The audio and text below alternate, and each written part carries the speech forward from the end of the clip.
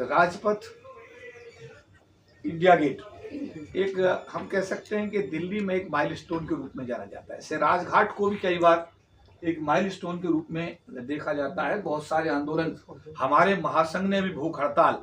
एक बार ने कई बार, अगर आप लोगों को याद हो कि हम लोगों ने भी राजघाट पर कई बार प्रदर्शन किए और हमारे तत्कालीन महासंघ के कार्यकारी चेयरमैन सोमनाथ हंस जी राजघाट पर आमरण अनशन पर बैठे थे। तो कई बार क्या है कि जो अभी आपने कहा कि इंडिया गेट भी हमारा एक माइलस्टोन है।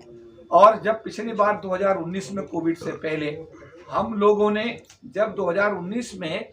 डॉक्टर अम्बेडकर इंटरनेशनल सेंटर पर जब हमने अपना ये कार्यक्रम संविधान दिवस का किया था, जिसको आप सब लोगों ने कवर किया था, उस समय भी हमने इंडिया गेट से ही ये संविधान यात्रा निकालने का फैसला किया था और ये रास्ता भी करीब 1 किलोमीटर के आसपास था।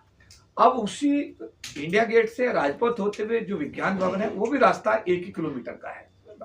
तो हमने बहुत सोच कर समझ कर कि राजपथ जहाँ 26 जनवरी निकलती है और एक ही प्रोसेसन इंडिया में निकलता है राजपथ पर, वह 26 जनवरी आजादी का है। अब वहां पर बाबा साहब अम्बेडकर के द्वारा बनाए गए संविधान की यात्रा निकलती है, तो इससे ज्यादा हम लोगों के लिए खुशी के और गौरव की बात कोई और हो नहीं सकती। जी अशोक जी, मेरा सवाल आपसे ये है कि जब कोई इम्पोर्टेंट तारीख आती है, परिनिर्वाण दिवस या जन्म दिवस, झंडा डंडा लिया सारी पार्टियां और सारे संगठन, जय भीम और जय नमो बुद्धाय हो गया। इस तारीख के बाद क्या कितना काम और बाकी है और या क्या काम किया है अभी तक संगठन और पार्टियों ने, और आगे क्या करेंगी? एक तारीख आई और गई, बस यही।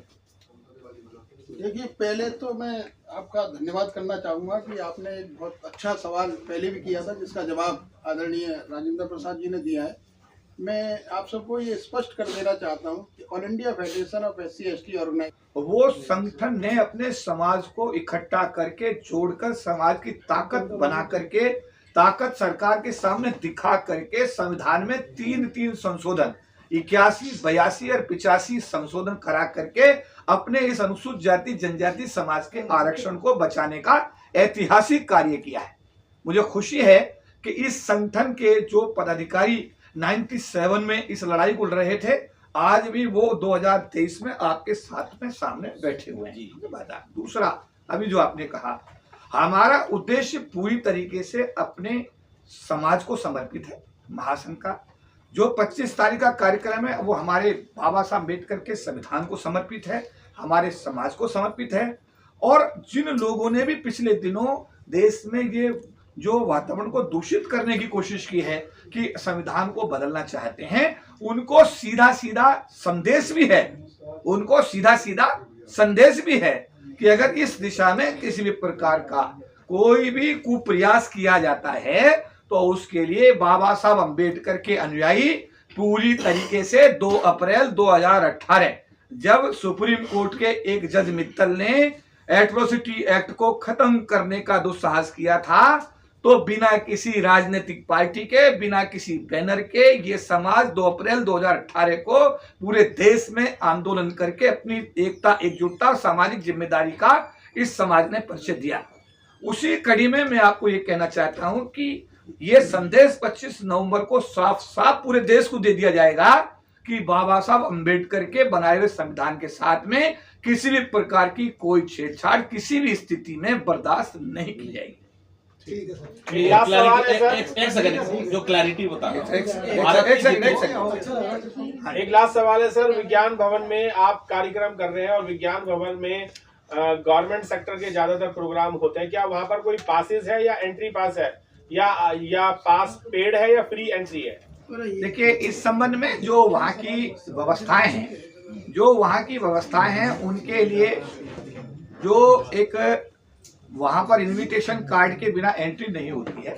इनविटेशन कार्ड महासंघ ने तैयार करवा दिए हैं, सभी को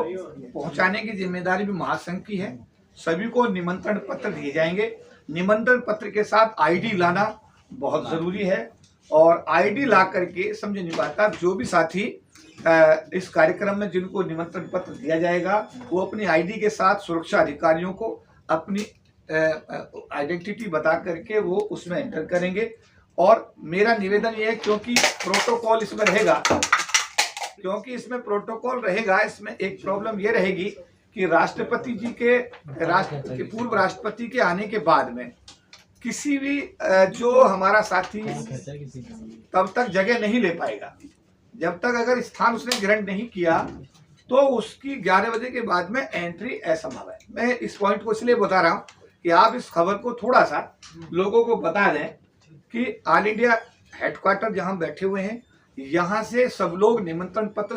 अपने इकट्ठे कर लें, या हमारे जो महासंघ के राष्ट्रीय पदाधिकारी हैं उनके माध्यम से अपने अपने निमंत्रण पत्र ले लें, अपनी आईडी को साथ रखें और 10:30 बजे के आसपास, माने 11 बजे से पहले सब लोग विज्ञान भवन के अंदर अपना स्थान ग्रहण कर लें, क्योंकि जैसे ही पूर्व राष्ट्रपति एंटर करेंगे प्रोटोकॉल के हिसाब से उसके बाद में सुरक्षा अधिकारी किसी भी व्यक्ति को हमारे कहने से भी अलाउ नहीं करेंगे, क्योंकि जो सुरक्षा के नियम है हमारे समाज के सम्मानित साथी उन सबको समझेंगे और समझ करके उनका पालन भी करेंगे। तो मेरा अनुरोध आपसे ये रहेगा कि इस खबर में ये भी डाल दें। साथ साथ हम लोगों ने इस बार एक बार कोड का भी, समाज के लोगों ने कहा कि पूरे समाज के जो लोग हैं वो अपना कंट्रीब्यूशन देना चाहते हैं। कंट्रीब्यूशन जब देना चाहते हैं तो उसके लिए एक बार कोड जो व्यवस्था बनी है उसमें एक बार कोड भी हम लोगों ने इस बार जारी किया है। तो मैं चाहूंगा कि उस बार कोड को अभी दिखाया जाएगा, आप लोग उसको ले लें अपने कैमरों में और उसमें एक अपील भी कर दें कि जो लोग स्वेच्छा से, जिनका मन है कि बाबा साहब अम्बेडकर के संविधान का ये कार्यक्रम है और वो चाहते हैं कि हम भी इसमें अपना कोई भी, एक तो सहयोग है कि वो व्यक्तिगत रूप से आएंगे, वो सबसे बड़ा सहयोग हुआ। लेकिन साथ साथ अगर कुछ लोगों की जैसा क्वेरीज आ रही है पूरी कंट्री से कि वो लोग चाहते हैं कि उनको भी एक बार कोड के माध्यम से, क्योंकि मुझे पता है कि केनरा बैंक के साथियों ने काफी अपना सहयोग हमको अभी दिया है और बार कोड के माध्यम से ही उनका, तो आप लोगों को अभी हम एक बार कोड दे रहे हैं, उसको भी आप अपने कैमरे में ले लीजिएगा और अपनी तरफ से सब लोगों को उसको आप जो है बता दीजिएगा कि जो स्वेच्छा से अपना दान देना चाहते हैं इस पावन कार्य में, संविधान दिवस में, उनका स्वागत है। धन्यवाद।